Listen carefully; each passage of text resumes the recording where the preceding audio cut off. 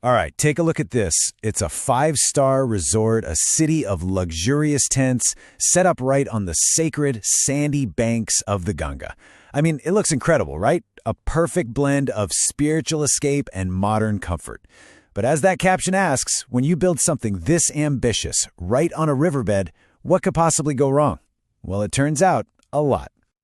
So first, let's just talk about the dream they were selling, because this wasn't just any old hotel. This was pitched as a completely unique, totally glamorous spiritual experience. You know, the ultimate five-star pilgrimage. So in early 2023, this high-end tent city just appeared on the banks of the Ganga. And, the idea actually came from a real problem. Varanasi was getting a ton of visitors, especially after the new Kashi Vishwanath Dham opened, and there just weren't enough fancy places to stay.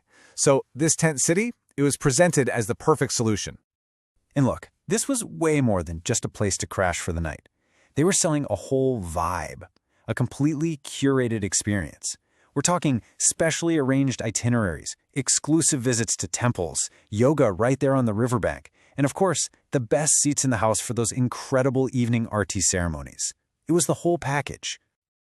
And yeah, the price tag tells you everything you need to know. This was not your average camping trip. The basic deluxe tents started at 7,500 rupees a night, and it went all the way up to the Ganga Darshan villas, which had their own private beaches and plunge pools, for up to 20,000 rupees. So you can see exactly who they were trying to attract. And the facilities were absolutely wild. I mean, they had a full-on reception area, gaming zones, multiple restaurants, conference facilities, a spa, yoga centers, even a library, art galleries, and water sports. They basically built an entire luxury resort, just, with walls made of canvas. Okay, so everything sounds pretty amazing so far, right? Well, this is where the story takes a major turn. Because beneath all that glamour and five-star service, a huge problem was brewing. And it was all about the one thing they couldn't just pack up and move: the location itself. So, this is the question that changes everything, the one that gets to the heart of the whole issue. Where exactly did they build all this? And the answer is pretty shocking. The entire complex, every tent, every restaurant, every single structure, was built directly on the sandy riverbed of the Ganga. Not near it, on it. Now, to really get why this is such a massive deal, we need a quick science lesson on what a floodplain is. It's that low-lying, sandy area right next to a river. But it's not just a beach, it's a critical part of the river's ecosystem. It helps absorb floodwaters, filter pollutants. It's basically the river's lungs. And building on it, that's a huge, huge no-no. Now, you can bet people notice. It didn't take long for the red flags to go up and for allegations of environmental damage to start flying. This triggered an official investigation, and the evidence they found was absolutely damning. So in steps the big one. India's top environmental court, the National Green Tribunal, or the NGT. They didn't mess around.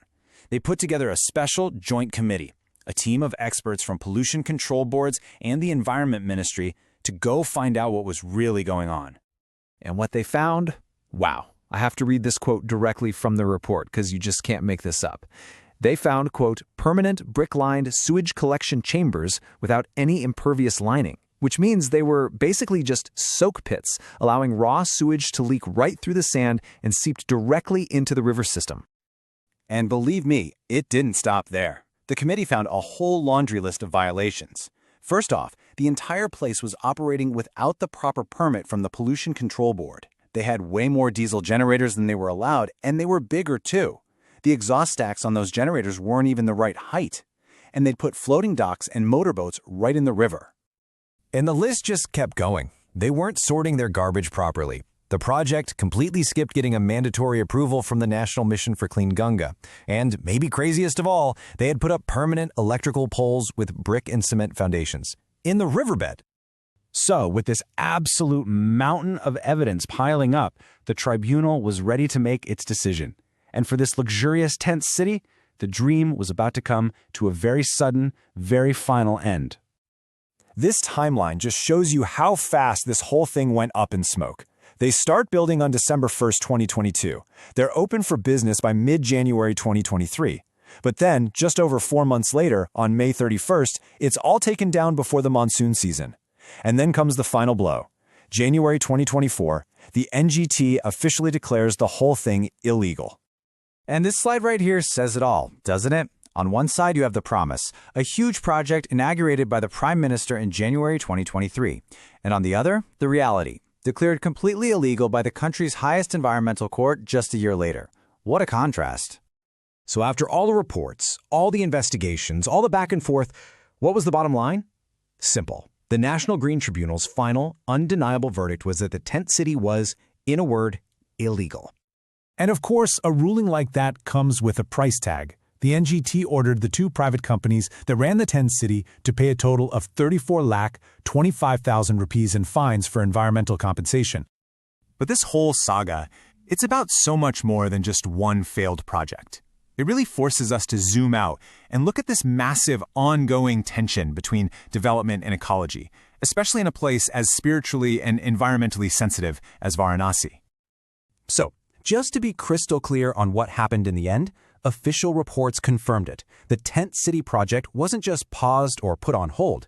It was permanently discontinued, gone for good. But here's where the story gets really complicated, because it's not just about rules and regulations, it's about people. Listen to this quote from a local guard who worked there. He said, "Tent City is not good for our city or our river, but such initiatives give us an opportunity to earn. We earn a livelihood." And that just hits you, right? It shows you the tough choices people face. It's not just about the environment, it's about putting food on the table. And that really leaves us with the million-dollar question, doesn't it?